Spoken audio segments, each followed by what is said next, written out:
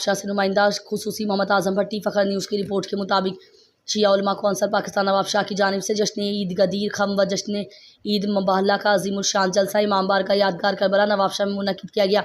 جشن کے پرنور جلسے سے ظاہر اہل بیت زوار حسین انجم نے خطاب کرتے ہوئے کہا کہ آخری حج کے موقع پر حضرت پاک پیغمبر صلی اللہ علیہ وآلہ وسلم نے غدیر خم کے میدان پر 1.25 لاکھ حاجیوں صحابیوں کے سامنے حضرت علی علیہ السلام کا بازو بلند کر کے فرمایا کہ جس کا میں مولا ہوں اس کا علی مولا ہے۔